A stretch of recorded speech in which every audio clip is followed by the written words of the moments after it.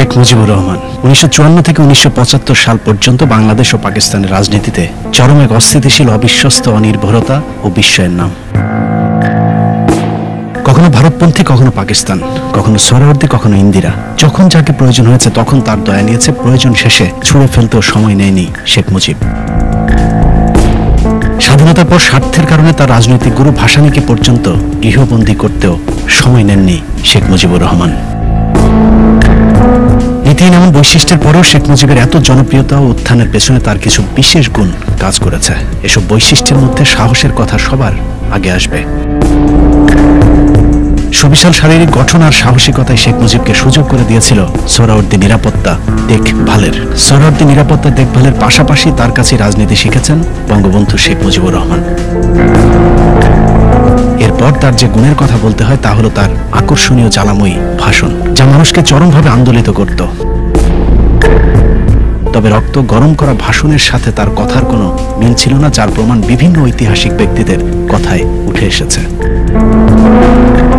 শহীদ তাজউদ্দিনের মেয়ে শারমিন আহমেদের লেখা তাজউদ্দিন আহমেদ নেতা ও পিতা বইয়ের 148 নম্বর পাতায় লেফটেন্যান্ট জেনারেল অরোরার একটি সাক্ষাৎকার ছাপা হয়েছে, যেখানে শেখ মুজিব সম্পর্কে অরোরা বলেন, আমি যখন শেখ মুজিবের আরও কাছে ঘনিষ্ঠভাবে মেলামেশার সুযোগ পেলাম, তখন আমি উপলব্ধি করলাম যে তিনি প্রশাসনিক বিষয়ে যতটা না দক্ষ, জনগণকে উদ্বুদ্ধ করতে, তাদেরকে খেপিয়ে তুলতে তিনি তার চেয়েও অনেক বেশি দক্ষ ছিলেন। তিনি কথা বলে লোকজনকে নাচাতে পারতেন।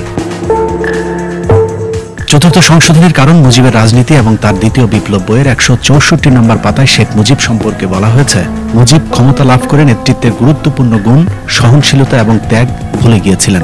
তিনি তার থেকে জ্ঞানী ও অভিজ্ঞদের সহ্য করতে পারতেন না। সেজন্যই তাজউদ্দিন আহমেদ এবং আতাউর রহমানের প্রতি তার ছিল ঈর্ষণীয় দৃষ্টি। সংবিধান, সাংবিধানিক আইন ও রাজনীতি বাংলাদেশ প্রসঙ্গ বইয়ের 165 নম্বর পাতায় বলা হয়েছে, কিন্তু দুর্ভাগ্যজনক যে বাংলাদেশের প্রতিষ্ঠাতা নেতা শেখ মুজিব দেশকে গণতন্ত্রের প্রাতিষ্ঠানিকীকরণের দিকে না নিয়ে ব্যক্তিগত ক্ষমতা লোভের দিকেই প্রভাবিত করলেন। বস্তুত শেখ মুজিব দূরদর্শী নেতা ছিলেন না। তার মাঝে ছিল বাগ্মিতার গুণ, নিজেকে জাহির করার গুণ, নিজের প্রতি ইগো তৈরির গুণ, কিন্তু সুশাসনের গুণ ছিল না। কেউ তাকে বঙ্গবন্ধু বা জাতির পিতা বললে খুব খুশি হতেন, কিন্তু এগুলোর সমালোচনা শোনার গুণ তার মাঝে ছিল না। বড় বড় বক্তৃতা ও প্রতিশ্রুতি দানের ক্ষমতা ছিল তার, কিন্তু সম্মতির ভিত্তিতে কোনো কাজ করার গুণ ছিল না। একই পৃষ্ঠার শেষের লাইনে তখনকার বাংলাদেশের সব সংকটের জন্য শেখ মুজিবকে দায়ী করেছেন শেখ মুজিবের এই ঘনিষ্ঠ সহকর্মী।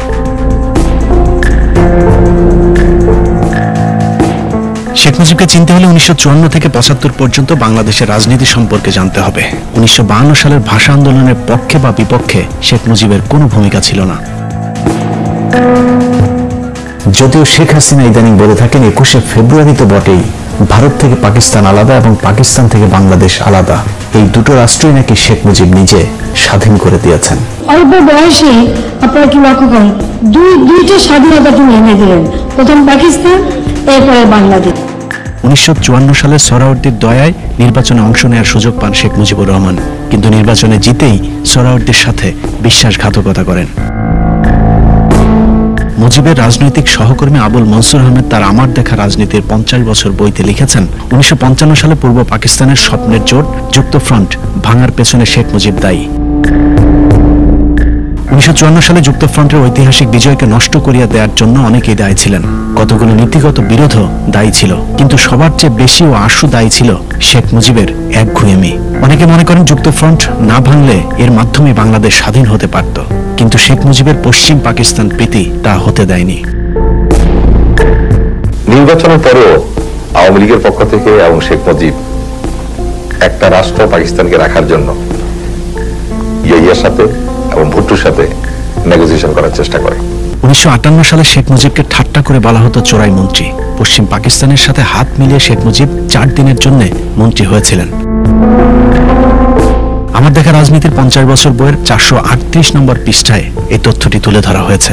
লেখক আবুল মনসুর বলেন, কার বুদ্ধিতে বুঝি নাই, মুজিবুর রহমান আমাদের কাউকে না জানায়া কয়েকজন হবু মন্ত্রী লইয়া হঠাৎ করাচি চলিয়া গেলেন। মন্ত্রিত্বের শপথ নিলেন, ভালো পোর্টফোলিও পাওয়া গেল না বলিয়া 4-5 দিন পর পদত্যাগ করিলেন। অথচ সোহরাওয়ার্দী তখন সে মন্ত্রিসভার বিরোধিতা করেছিলেন। ক্ষমতার লোভে এভাবেই শেখ মুজিব তার কাছের মানুষদের সাথে বিশ্বাসঘাতকতা করে পশ্চিম পাকিস্তানিদের সাথে হাত মিলিয়েছেন বিভিন্ন সময়।